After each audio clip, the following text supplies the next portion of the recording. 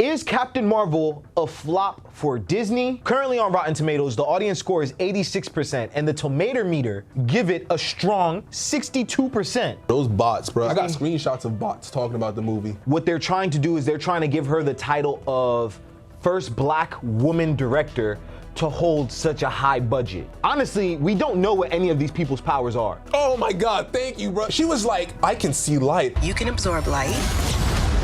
I can see it. We all see light. That's the worst part. She said that and I'm like, who wrote this? This was a sloppy script. I don't even want to know what the original script looked like. She was talking about at first I was talking about time travel. Yeah. Interestingly, one of the first things I pitched was having Adam Warlock and time travel in the movie. She was grieving in space for 34 years. The planet was dying for 34 years. The sun, 34 years. And then out of nowhere, she flies into the sun, fixes it like that. You telling me now everything's good? You couldn't think of that before? So you was literally grieving in space for no reason.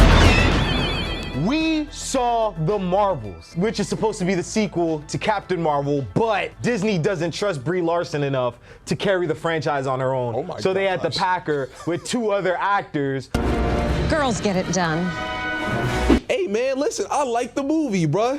Really? Nah. Oh, I was gonna be like, yo, I was gonna be like, what? Blew his mind for a second. Captain Marvel was directed by Nia DaCosta, who also created the movie Candyman. The film follows Brie Larson's Captain Marvel, Tiona Paris's Marvel character, and Kamala Khan, who is Miss Marvel. Hi. It picks up apparently from the end of the TV show. It turns out that their powers are entangled, and so they need to find a way to stop the big bad guy from basically the bad guy is General Zod. Originally, the person that was supposed to direct this movie was Olivia Wilde. This is the same director that did Don't Worry, Darling. And I think it would have been ironic if they had Olivia Wilde also come into this movie. I'm trying to figure out, like, when they're in the studio, you know, and they're discussing like potential directors, do they look at the people's past products before they pick somebody? Because I'm just trying to figure out, what has Olivia Wilde done that made she could do a Captain Marvel movie? So here's the thing. Or Nia DaCosta. I mean, Candyman, but I don't understand how you could watch Candyman and be like, yeah, maybe she could do Captain Marvel. I will go out and say I don't think this movie is woke. You think this movie's woke? Nah, I didn't get that. When you watch a movie like Nope, do you think that movie's woke? When you watch a movie like Kill Bill, do you think that movie is woke? The woke part about this movie actually happens behind the scenes, right? So what they specifically wanted to do, and what you were saying about do they look at the accolades, one of the reasons why they assigned her, apparently, which I do think is kind of effed up, what they're trying to do is they're trying to give her the title of first black woman director to hold such a high budget. The budget for the Marvels is somewhere around 220 mil. I think that's the annoying part, like when you look at it from that perspective. Now the question is this movie any good?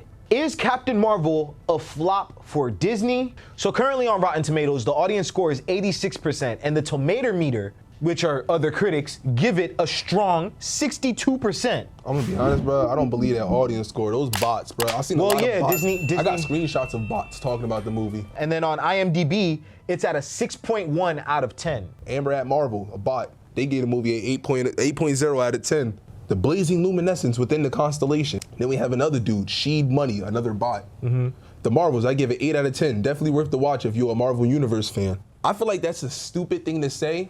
I shouldn't have to. I think it's gonna piss you off. I shouldn't have to be a Marvel Universe fan or have to have watched all the movies to be able to enjoy this movie. That's literally the point. Like, I should be able to watch this movie and be like, yo, this movie was good. Let me go back and rewatch them. I think this movie, the directing was lazy, the cinematography was bland, and the stunts were uninspiring. There were shots where you could clearly tell they're standing in front of a green screen.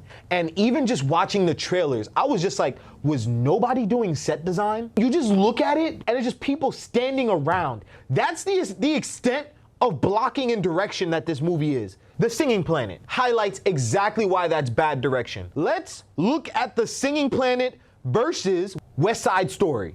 The direction in that, the way the camera moves, the way everybody's dancing, singing, the colors, the set design. That's the world that they were trying to set up, and we didn't get that. The irony of it is that that's Disney's Playhouse. That's their wheelhouse.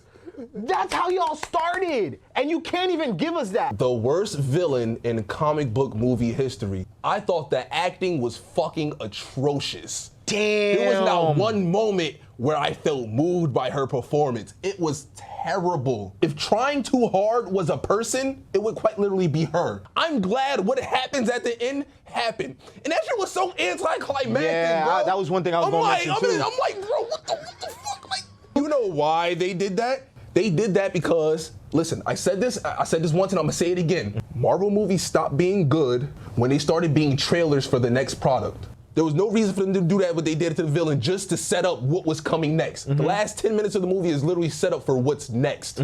Power scaling. I think that is one of the biggest problems with this movie. An issue that I have with this is that the whole swapping abilities. Oh my gosh. It doesn't make sense. It doesn't. Yes. The reason why they did it that way is because they didn't have a way to nerf Captain Marvel. Honestly, we don't know what any of these people's powers are. Oh my God, thank you, bro. We don't know. Even when Monica explained it, She tried. I'm like, she was like, I can see light. I'm like, bitch, you literally did quite more than that. We all see light. That's the worst part. She said that, and I'm like, who wrote this? So here's the thing that I'm not mad at. I actually am not that upset with Brie Larson in this movie. I think Brie Larson's character works a little bit better this time is because they actually gave her character flaws. She has the issue of, okay, I'm just gonna do this myself. They tried to make her a little bit more appealing by sending her to like the whole singing planet. This movie lacked emotion that was already almost there, and that would have been a really good movie. And it could have been a really good movie if they just cut out the cats. The singing planet, I wouldn't mind if they kept it, but it had to have been done in a different way. That planet, the whole prince and all that, it was just pointless. They literally only introduced the planet and the prince so they could get new fits. The thing about this movie is that, ironically, here is a movie with a $220 million budget, and it looks like it should have went directly to streaming. The movie could have been better if they fleshed out things more. Not saying the movie should have been longer, but honestly, it should have been a Disney Plus show, even though I hate them. This was a sloppy script. Look, as bad as it is, I still preferred it over Eternals, and I prefer this movie over Ant-Man. Oh yeah, I'm gonna have to disagree with you on that one. I could easily rewatch Eternals because there's something there for it. Not only the cinematography, but there's decent fights in there. There's absolutely nothing in the Marvels. The movie had potential. It had potential. The execution just wasn't there. Yeah. Like on paper, it probably sounded great. What did you guys think about the Marvels? Be completely honest. Did you guys think it was woke? I personally don't think that. Comment down below if you really do think it was woke. Do you think it had potential or not? And we'll see you in the next encounter. Peace. I think it's stupid that they want to try and force that. We don't need the Young Avengers.